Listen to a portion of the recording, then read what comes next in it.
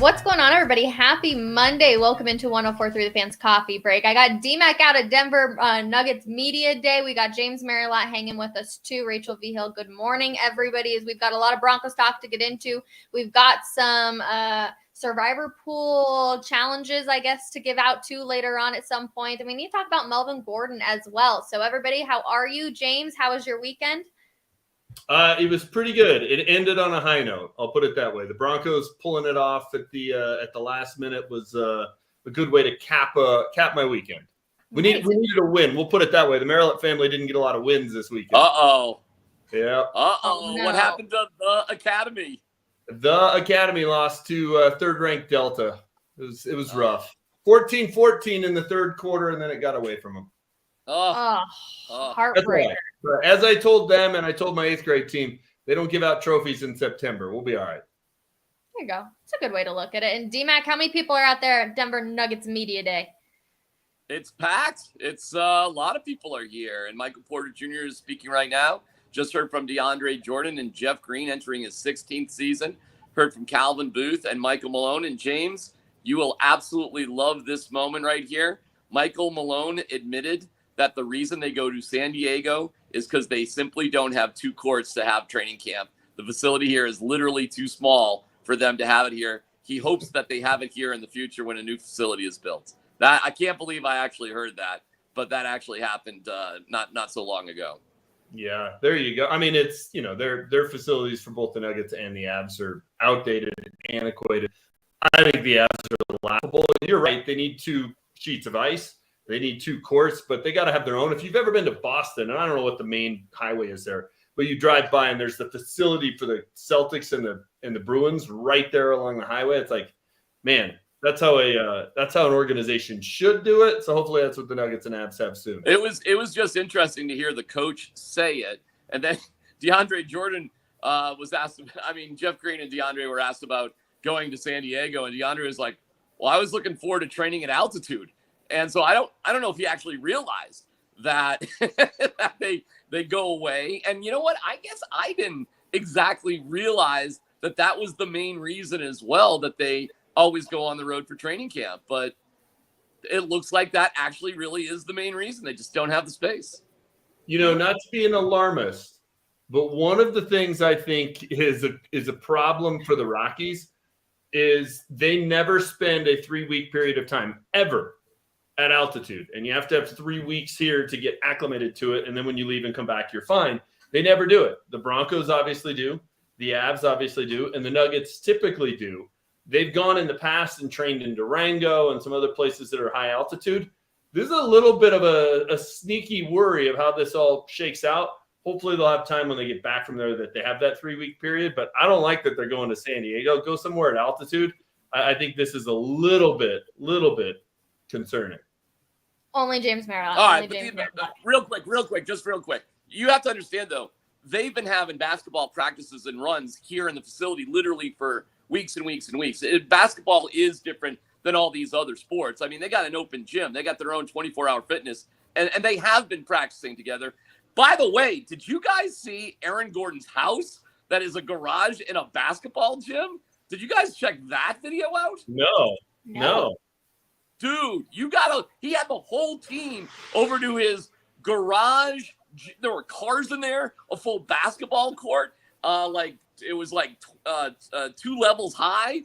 You got to go see the video of Aaron Gordon's house that he has a basketball court garage. So I'm not that concerned about it. It's a tiny little thing. It's obviously more of an inconvenience than anything. And these guys train and have been working out together actually for quite a bit of time.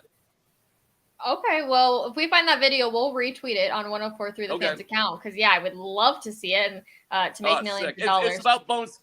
It's about Bones Highland. Look for Bones Highland. But he posted him putting up a bunch of shots at Aaron Gordon's house. It was crazy. Anyway, Nuggets. Well, all right.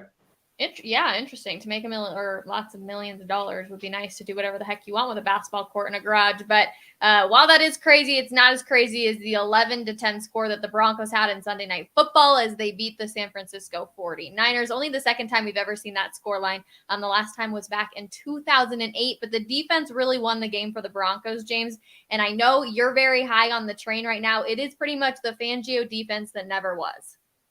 Yeah, it's 180 degrees from the Fangio defense. I thought it was interesting last week, maybe the week before. I think it was Nathaniel Hackett who kind of went out of his way, may have been Benito Evero, to talk about all the other people who've influenced him other than Vic Fangio, because it was the Vic Fangio tree. It's like he worked with Wade Phillips. He worked with all these other people. Like, enough with the Vic Fangio apologist. Vic Fangio's defense, late in games, couldn't stop Mitch Trubisky, Gardner Minshew, Jacoby Brissett. The list goes on and on and on. Say what you will about it. Hey, it was Davis Mills last week and it was Jimmy G this week. In both games, the opposition had 2 possessions in the final 3 minutes with the chance to go down and tie the game in the case of the Texans, or win the game last night. And the Broncos defense came up huge. They also came up huge in Seattle when Broncos were trailing 17-16. They kicked the ball deep. They forced the 3-and-out. They actually forced a fumble that just, if not for a bad bounce, sets the Broncos up in great field goal range. This defense is different. It is the polar opposite of Vic Fangio's bend but don't break, death by paper cut. This group comes after people, forces the issue, makes plays. They were sensational again tonight. They're the number one reason to be excited about this team, because that defense is legit. I'm not going to say it's 2015, but it's the best defense we've seen in this town since Super Bowl 50, without a doubt. The fact that Russell Wilson now is 18-4 against the Niners, boy, he is their boogeyman. And so now maybe the truth is we really do have a good Tebow. I mean, that was Tebow, guys. You know, things were a disaster, and then somehow, some way. But that never made Tebow like a great quarterback. It just means that. Oh, it never fails. James, it never fails. At one point or another, even if the video looks so good up until we go live, it never fails. I know. We had like a 10-minute conversation off air. It was totally fine. I do want to say, and I hope D-Mac comes back for this, because it's going to be the Russell Wilson gets all the flack and Nathaniel Hackett gets all the flack. But, and I'm writing this column today, I'll put it up at denverfan.com. You blame Mike McCoy, you blame Bill Musgrave, you blame Rich Gangarello, you blame Pat Shurmur, you blame VJ, you blame Vic, you blame Nathaniel Hackett, you blame the 10 quarterbacks who played here since Peyton Manning. At some point, we keep getting the same result, just changing those 3 factors. Mm-hmm. Maybe the surrounding cast stinks, right? Maybe Cortland Sutton is a pretty good wide receiver, but not great. Maybe Jerry Jeudy is a bust. Maybe Albert O's isn't particularly good, and this tight ends room is mediocre. Maybe Javonte Williams is a good back, but not a great back. Like, at some point, like, if you keep changing the factors that you think it is, and you keep getting the same result, which is a bad offense, maybe there's no one open for Russell Wilson. Maybe he doesn't have any time to throw the football. I mean, at some point, we got to look at all those guys and not just pin it on the head coach, the offensive coordinator, or the quarterback, because we've changed that a million times over, and it keeps turning out to be the same result. Maybe the Broncos country is overvaluing guys like Javonte, guys like Cortland, guys like Jerry Jeudy, guys like Alberto. Maybe they're just mediocre. And when you have a mediocre supporting cast, that tends to be the product you get on the field. C-Mac, welcome back. I wonder if you got a call because you're a very popular man and sometimes that happens to you. But James, on your point, I actually almost tweeted out last night when Jerry Jeudy had the drop pass. Jerry Jeudy, if you want to be great, you need to catch that pass. And we saw him talking some smack last night on Twitter. And I'm like, you need to be a lot better than that to be able to go out on Twitter and say those things. No doubt. And look, Russell Wilson made a few plays last night. Mm-hmm. But how many times in the first 3 games have we said, boy, his teammates really bailed him out? Not very often, right? He doesn't get a lot of help. And look, if you're a great quarterback, you're supposed to make everybody better. Peyton Manning made a lot of, 6 and 7 wide receivers a lot of money because he made them look really, really good. So, it's partially on Russell Wilson for sure. But I think at some point we do have to look at it and say, maybe it's a bunch of mediocre receivers, tight ends, and running backs and offensive linemen. because we keep getting the same result. It's Groundhog Day with that offense. How many official drops were there yesterday, guys? Do you guys know? I don't. I haven't looked. It seemed like there was 3 or 4. It felt like that was that way against Houston too, though, and I think there was only 1 official drop. It was only 1 against Houston because another significant drop was actually flagged and the play didn't count. And the only one was Alberto. So there was only 1 drop against the Texans. That's why I am curious what the official drops were yesterday. Yeah, and look, Russell Wilson, he missed Jerry Jeudy in the flat for what should have been a first down on a 3rd and short. Like, that's a bad throw. You have to make that throw. But other than that, I don't have a lot of them that jump to mind of like, oh my gosh, that was just a miss by Russell Wilson.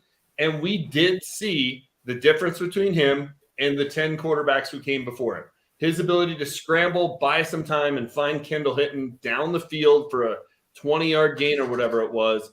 That was one of the key plays in the game. That's what Russell Wilson can do that the whole litany of mediocre quarterbacks who've been here since Peyton Manning couldn't do. So I think the piling on of Russell Wilson is premature. I think he's looked really good in spots, and I think a lot of it's just getting in sync, and a lot of it is, hey, he's got to get some help around him too. Well, we got a comment that says it really comes down to the O-line. A great O-line fixes most of our offensive frustrations. True or false, James? Well, yeah, great O-line does, right? If you're running behind the Great Wall of Dallas, you're going to have all sorts of success.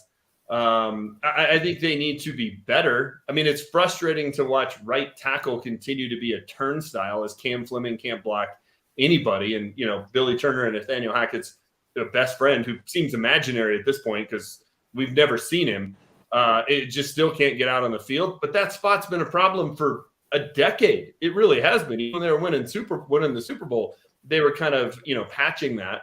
So that's frustrating. Garrett Bowles does look like he's regressed to pre-COVID Garrett Bowles, that maybe he did just shine because he was playing in stadiums with no fans and they weren't calling holding. But, yeah, it's a pretty mediocre offensive line. Dalton Reiser's in the last year of his deal for a reason. They haven't given him a second contract because he's been disappointing. He's a guy that John Elway said was going to go to multiple Pro Bowls. How about just getting near 1? That would be good. So, yeah, it's a mediocre group that needs to be better, but that ain't going to get fixed between now and the end of the season. Like, they're going to have to try and hodgepodge what they have and make the most of it. No, and that's why you at least need the threat of Russell Wilson being able to move around, okay? You do. Tom Brady never had great offensive lines this whole time, and but he just, got rid of the ball so quick. I don't know, man. There's been a lot. Peyton Manning didn't have great offensive lines. Listen, the Broncos need to alert everybody. Russell Wilson needs to tell everybody there's a possibility I'm going to move. And he proved that yesterday. It was great. It was like, he was a little bit late to get to it, but when he finally got to it, he sent a message, and it was terrific. And they'll probably grow and learn off of that. By the way, Wilson took a shot at Seattle by saying he can move left and right as he was, pegged to being a one-way guy there in Seattle. So he had a good time taking his shot. And I liked Russell Wilson after the game yesterday. First of all, he didn't take forever to get to the podium. It was a more reasonable amount of time. And then he sounded like a real human being. He didn't sound like a manufactured guy. I believed he was as genuine as I've heard him the entire time, because now he realizes, listen, if this is going to work, I am going to have to put myself out there. And he did last night. And I thought he moved really well. I mean, there was the hope, right, that he kind of was pre-COVID Nikola Jokic, where he came in out of shape and kind of played his way into shape. He looked different last night than he even did in week 1. He moved around better. And even the play where he lunged for the first down, They challenged it and it got overturned. Like, okay, he showed some quickness, some escapability. He was willing to kind of lower his shoulder and put his body on the line and try and get the extra yardage. So I thought he moved better last night, certainly than he did in week 1, even than he did last week. So part of it's willingness. I think that's a little bit of it. And then if we're just being honest, I think he looks like he's getting into better shape because he didn't look quite like he'd spent as much time at the buffet line last night.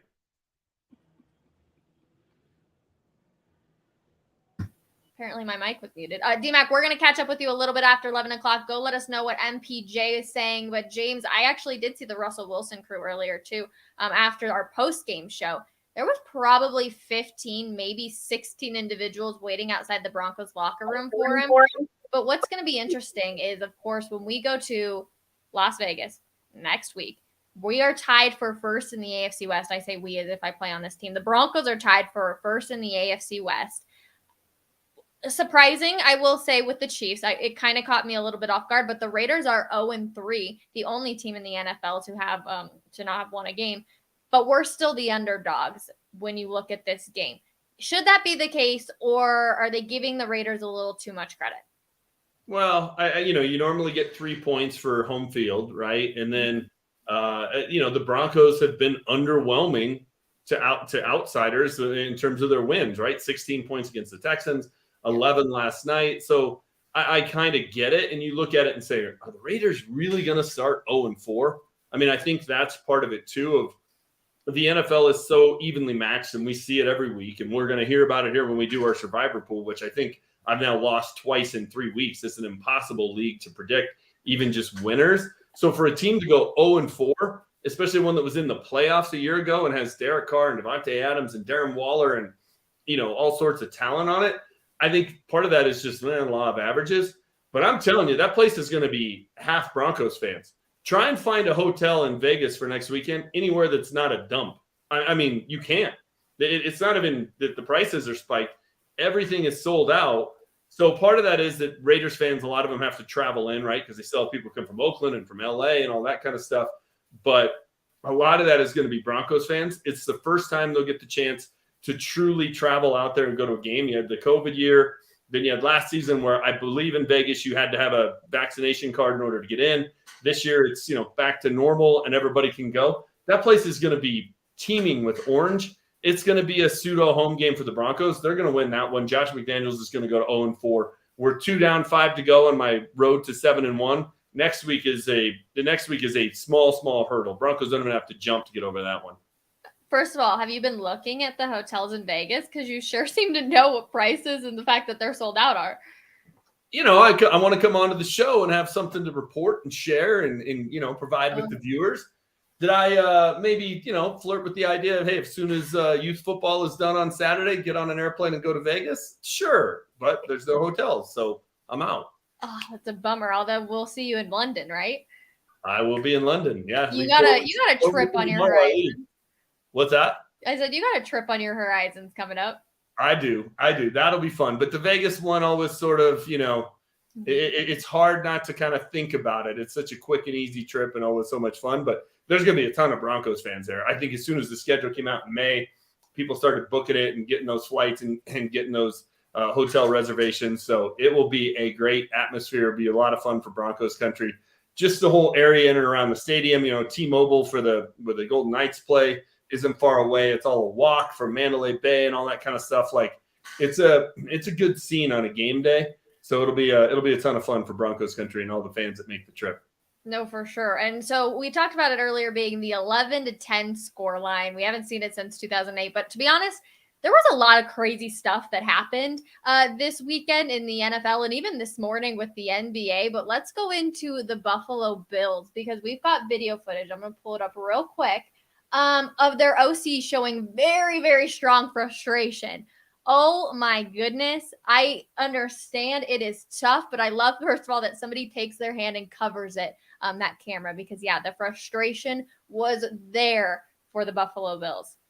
Hey, if Tommy can show it again, watch the coach that's 2 seats down. Watch him.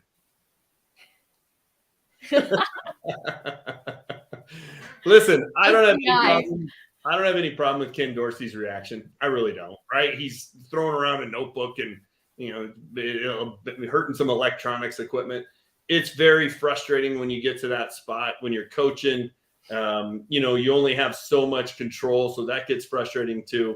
Listen, I'm the one that's going to bag on Jimmy Garoppolo for being all smiles on the field last night after your team just lost. So if I'm going to be hard on people who act like that after a loss, I can't also be hard on people who take it seriously and show some passion and are as frustrated as Buffalo Bills fans at the end of that game. It didn't hurt anybody. If he broke something, fine, let him pay for it, let him replace it. Not the end of the world. But yeah, it's an emotional game. It's a frustrating game.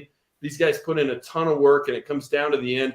it's a game the Bills dominated statistically. The fact that they were trailing is almost hard to figure. And then, yeah, it's frustrating that Isaiah McKenzie either doesn't get out of bounds or doesn't go down in the middle of the field. Like, the last thing you can do is burn 4 or 5 seconds trying to get 1 extra yard and move the ball further away from getting centered. Like, you get frustrated. So I understand it. I actually appreciate it. It makes me like and respect Ken Dorsey all that much more. Anybody, honestly, who's upset about that, boy, I think that's Charmin soft at that point. Oh, I'm so glad you bring up Charmin right there, because we've all known about the butt fumble, but how about a butt punt, everybody? We saw that in the Miami game as well. And Charmin tweets, "Those cheeks are going to need something soft. Check your DMs." Are you kidding me with the Charmin right there? A butt punt, though, man. We got some good stuff this weekend. I did not know that was coming, so that was actually a really good segue. Honestly, it's surprising to me that doesn't happen more, because that up back, right, he's trying to see where the unblocked defender may be coming from and kind of moving, and especially when you're in your own end zone and that gap gets shortened. So yeah, that was a crazy play. I really thought after that happened that the Bills were going to win, that they were just going to go down and get the game-winning field goal at that point. So crazy game, and every single week, Rachel, it is a crazy league. So, anything can happen. And yesterday we saw it in a lot of different ways. I mean, I really thought Buffalo was one of those teams that they were going to be the last undefeated team remaining. I figured when they finally lost the game, it would be something weird. It was, because I think they had, outgained Miami 2-1 yesterday and they lost. I just didn't think it would be in week 3. But how about the 3 remaining undefeated teams? Miami and Philly are 3-0. Very few people would have had them. And then the Giants, who play tonight, are 2-0. They have a really good chance to remaining undefeated as Cooper Rush tries to go into the Meadowlands and win on Monday Night Football in a hostile environment. I don't like Dallas's chances in that one. So, man, go cash your ticket if you had Philly, the Giants, and the Dolphins as the last 3 undefeated teams in the NFL this year. Dude, I'm right in the Dolphins so hard. I think they're going to go far. Adding Tyreek really just elevated that offense. It's been fun to watch them. But another one that was interesting, and it happened last night in the Sunday night game, was Jimmy Garoppolo stepping out of bounds to get a safety, which kind of saved him, to be honest. Otherwise, we would have definitely gotten a touchdown because Bradley Chubb with the pick. But, I mean, what can you say? Just another crazy thing to see on Sunday Night Football. Yeah, for sure. And I love the fact that Dan Orlovsky leans into it, right? His tweet is up there. He's kind of infamous for running out of the back of the end zone. It certainly hasn't hurt his career. He's gone on to a great television career. But that's the best way to handle something like that, right? We all mess up. We all do things that are like, oh my gosh, I'm never going to live that down. Don't try to. Just lean into it. Embrace it. It's like Peyton Manning does with the fact that he holds the record for interceptions by a rookie quarterback. If you make fun of it, a lot of other people are just going to be like, he already beat me to the punch, right? So I think Dan Orlovsky kind of taught us all, or showed us all, a lesson there. Just be willing to laugh at yourself. Just lean into it. What's the difference? He stepped out of bounds in an NFL game. Jimmy Garoppolo made a mistake last night. Hey, it was good for the Broncos, but there are bigger issues in the world than that blunder. That's for sure. For sure. Melvin Gordon's been a hot topic here in Broncos country. So I actually want to bring in our very own Andrew Mason, because he had a good piece last night for DenverFan.com. And Mike Kliss had actually tweeted out, talking to Melvin Gordon in the locker room. And Mace, I don't know if you were around for that conversation, but essentially Melvin talked about how, he's working so hard on keeping the ball, and all that matters at the end of the day is getting a dub. Yeah, that's what he told me as well when I was in a small group with him and a couple other people at another point in the locker room availability. And I mean, he talked. I mean, he was down about the fumbles. He was ecstatic about the win, mad at himself for the fumbles. And the way he celebrated that touchdown, like just firing the football like 40 rows up into the stands. I mean, what I wrote was that it was cathartic for the offense. It was cathartic for him after the two fumbles. And I mean, the interesting thing last night is that on a per touch basis, Gordon and Javonte Williams were very even, and the difference was the two fumbles. Although this time the Broncos held on to fumbles. I think there was a streak of something like 9 consecutive fumbles, which I believe goes back to the Los Angeles Chargers, that Melvin Gordon had been lost that the other team had recovered. And usually it's about 52% of fumbles get recovered by your own team. So he had some good luck there, but 3 fumbles in 3 games. I mean, he knows that if you keep doing that, you're not going to keep your job. No, I mean, it's a very good point, but should you know Broncos what? country not be as hard? Oh, okay. Here we go. Here we go. Yep. I'm going to give him a little bit of a pass on the fumbles. Here's why, right? Like all fumbles are different, and it wasn't as though he was running with the ball and it was loose and somebody came up and punched it and he's not securing the ball. The one that Russell Wilson recovered, the play could have been whistled dead 2 seconds earlier. He's just behind the pile. He's not going anywhere. He's just sitting there, and they're just ripping at him. Like, blow the play dead. And then the other one, he was essentially on the ground. He dropped it, and he recovered it himself. Like, I mean, Melvin Gordon, the double standard for Melvin Gordon and Javonte Williams is ridiculous, right? Javonte Williams can fumble the ball last year against Washington at the end of the game, and nobody says a word about it because the Broncos recovered it. The next play, Melvin Gordon fumbles, and it gets turned over, and it's like, oh, my God, he's the worst player ever. Now Melvin Gordon fumbles twice. Broncos don't lose any one of them, and that's what everybody's talking about as opposed to the fact that he scored the game-winning touchdown, the only touchdown in the game. It's like, gee, many Christmas. I get a lot of the reasons why he's disliked in this market, and I think Javonte Williams is a better player too, but holy cow, it's a double standard when it comes to Melvin Gordon. At least Go ahead. No, I'm done. My rant's over, Mace. Yeah, I mean, the thing is, right now the biggest difference for them is in per carry, because right now Javonte is 4.8, Melvin is 3.9, but then you throw in that Melvin gets 1 more yard on receptions. I mean, they're basically like last night. I think there was about 1/10 of a yard difference in terms of yards per touch when you add in the receptions and the rushes. And I think you made a good point on the fumbles. I'll even talk about that first fumble in week 1. He's met in the backfield by like 2 guys. He doesn't have a shot. And the fumble against the Chiefs last year was kind of the same thing. He didn't even have a chance to secure the ball before he got hit because Albert O got beat up front. I mean, it's like interceptions, right?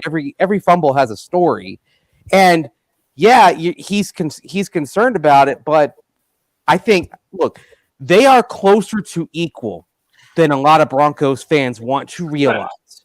Correct. And the Broncos are using them close to equal. Last night, Javonte 33 snaps, Melvin 28, Javonte 18 touches, Melvin 17 touches. This is how they see the two of them, as near equals. Yeah, and I'm glad you brought up the ones in Seattle, right? Because they both fumbled at the 1 yard line, both of them, and both cost the Broncos points. Well, in theory, but those fumbles aren't treated equally. Nobody mentions the Javonte one. Melvin Gordon's was 4th and goal. He gets met at the 2 yard line. You have no choice but to lunge for the goal line because you're turning the ball over on downs, and he loses it. Javonte Williams was 3rd down. If he just goes down in the backfield, doesn't fumble the ball, then Nathaniel Hackett has a decision to make. Do you kick it and take the 3 points, or do you go for it? But Melvin Gordon's didn't really cost them points. It was 4th and goal. If he just goes down where he's hit and doesn't fumble, they turn it over on downs anyway. And so really Javonte Williams was worse. And people act like it didn't happen. I mean, Broncos country with Javonte Williams is the little league mom keeping the scorebook, right? You hit the ball to the first baseman, it rolls through the guy's legs and goes out to right field, and the right fielder was picking up dirt clods, and guy runs around and it's a triple. No, it wasn't. It was an error on 2 different guys, but not according to the Javonte Williams fans. I mean, the double standard. Holy cow. All right, now I'm done with that. Sounds a lot like what a lot of people said about Drew Lock for a while. It was, among a lot of segments of the fan base, it was never Drew's fault. So, anyway. Yep. We're all in the Drew Lock fan club over here. I feel like I never got a true opportunity. But we do have to talk because James is a loser. Mace, you're a loser. I'm a loser. And our very own Will Peterson is also a loser. So we're going to bring him in because in our survivor pool, we've got to do who's going to be the biggest loser of the week. So give me a quick second while I Did we all have the Chargers? We did. Dang Chargers, everybody. Hey, listen, we weren't close. Like, I lost in week 1 on the 2-point conversion by the Titans when the Titans gave that up to the Giants. That felt bad. This one, whatever punishment comes my way, I got coming. I mean, we lost by 4 touchdowns. That was a nice intro, Rachel. You just said, Will Peterson is a loser. Welcome to the show. Good morning to you all as well. Good morning, Will. Good morning. We're all losers, if that makes you feel any better. So let's do it. We're going to spin. We only grant one, since it's such a small group. We're very close here in the digital department, which we love, but we're only going to pick one true loser. So let's spin this dang wheel. I lost the spin. Come on. I know I'm going to lose it again. It's credit card. Oh, I'm going to lose it. Of course. Oh! Oh my gosh. Okay, James. Okay, we've got James. I have never not lost a game of credit card roulette, and this is the same thing. It's remarkable. I mean, at some point, you're due for some ascension to the mean here, right? I mean, like you're due. Like the Raiders were due to lose these games this year so far because they were like 9-3 in their last 12 close games. I mean, you're due to have it go in your favor sometime. Maybe like after, in the second 50 years of my life, I just win everything. Maybe that's what's going to happen. It's got to swing at some point. That would actually be pretty awesome for you if that happened, though. It would be. Okay, so Jake had sent me the 4 things that you're going to have to choose from or whatever lands on it. So we've got coffee break with your hands tied next week. Okay. Pop rocks in your mouth for a segment. I'm Italian. I'm not sure the coffee break with my hands tied works, but okay, let's keep going. Coffee break and a helmet, which is the one I'm hoping for. And then we've got you got to find a helmet that fits me. So good luck. Oh, I'll find one that could fit you. And then we've have also to be a leather helmet that stretches. The word of the day, which everybody in the comments would vote on, or we're going to do a poll later on over on Twitter. So are you ready, James? Wait, what was the last one? The word of the day. You've got to be able to get that in every sentence that you say. It's going to be helmet. Just go ahead and spin it. It's yellow. The word of the day would be poppycock or balderdash. One of the two. Oh. Break with your hands tied. Tough for the Italian. All right, when do I do this? Like next week when I'm on? Or next Monday. Or maybe we'll have you on later this week, James. We'll see how the week goes. You never know when you need a James Marilat rant.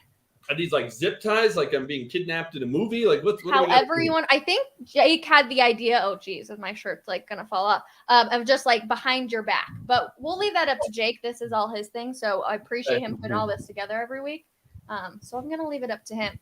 Will, though, how are you this morning? Now that you're not a true loser, you're just a semi-loser with the rest of us. Well, the last time I joined you guys after a loss was also after a Broncos loss, 17-16. And I told you I was actually grumpier when I woke up the next day. Today, I woke up even more thrilled. How often do you get to win a football game 11-10 in one of the most unique football games you will ever see? I mean, guys, obviously we were all locked in because it was a Broncos game, but this whole country watched 11-10 last night, and I did lay in bed, couldn't sleep, and I retweeted one James Marilat saying, I believe in the third quarter that the final score was going to be 11-10. Obviously, scoregami is a big thing. It was not scoregami. There's been one other 11-10 game in NFL history, but guys, that was, I'm not going to say a privilege because that's too strong of a word, but that was kind of a fun opportunity, and sort of why we do this is we get to wake up today and go, wow, they're 2-1. Tied atop the AFC West, and they won freaking 11-10. I don't know where this roller coaster is going to lead us, but man, this season's off to some kind of start. All 3 games, plenty of drama, plenty of storylines, and they've come out on the right end in 2 of them. True. It's funny, though, the 180 that this entire group, to be honest, has done. From last week where we were all like, they beat a bad team, whoop-de-doo, and here we are being like, yeah, they're 2-1. We're so excited, but it definitely – Wait a minute. Okay, go ahead. I wasn't jumping off the bandwagon. I'm 7-1 guy. I mean, okay, James was always on it. I guess the rest don't of lump us. me in with the naysayers. I was driving that bandwagon by myself after the win over Houston, looking back at a bunch of empty seats. It's nice to see some people on board finally. Now, Rachel, you also tweeted out that fancy graphic right before the game, and I would like to let everyone know that Will Peterson's name was Broncos Orange. James and Mace, I don't know who you had, but there was not many people on that graphic who picked the Broncos, and I know Rachel Vihill was on the 49ers. I had Broncos. Although to be fair, I kind of played both sides because on our pick'em, I picked the Broncos, I'm pretty sure. And on our graphic, I picked the 49ers. That's kind of all over the place with it. I can't win for anything on this survivor pool, but I'm 3-0 on the Broncos this year. I got that Seattle one right, and they're going to win their next 5, guys. Mason and I are going to come home from London going, how in the world is this team 7-1? Troy said James did pick Seattle. He's the curse. No, I'm just right. It's not a curse. Yeah, if he had that kind of power, he'd be living in Vegas. He wouldn't be doing this with us. So, yeah. Listen, James is trying to get to Vegas this weekend, all right? We just had this conversation. Can't find a hotel anywhere. You really can't. Oh, the one I'm in, and I think they still had rooms, was up in Lake Las Vegas, because I'm not a strip guy. I don't mind being a little bit away from it all. The Westin Lake Las Vegas is actually a really nice hotel with really reasonable rates, but I'm not going to be at a casino. I'm just going to be chilling. I don't enjoy Vegas. I'm not a Vegas person. It's not my favorite place. I feel like it was a huge downgrade losing the San Francisco Bay Area on the AFC West road trips and exchanging it for Vegas. Because Oakland is Oakland, but you could stay on the San Francisco side. Yeah. You give me 36 hours in Vegas, I'll take that anytime. I'm in. James, you could just go have a sleepover with Mace at his hotel and then just go on down to the strip whenever you please. Yeah, there's no casino though when you go out to Lake Las Vegas. There's no casino. There's Ubers. You could. I actually rented a car for this one because it's cheaper than renting a car for a day for 24 hours is cheaper than an Uber, like going Uber place to place. So, it's always kind of I've always figured out what's the cheaper option, and I choose the cheaper option. Renting a car in Vegas, guy. That's an interesting move right there, Mace. I hear you though. Yeah. And I know we're still on San Francisco, but we obviously will look ahead to Vegas this week. Guys, just hearing you talk about that, what percentage of that stadium, Allegiant Stadium, is going to be orange on Sunday? It honestly might be 60 or 70%. It's going to be so many Broncos fans. Because there weren't that many last year. I'd say last year was about 5 to 10%, but it was the day after Christmas. And so that, I think, put a damper on some people traveling out there. Maybe a few people, it made it more likely for them to go. This one, I don't think it's going to be 50 to 60. I think it'll be a solid 25 to 30.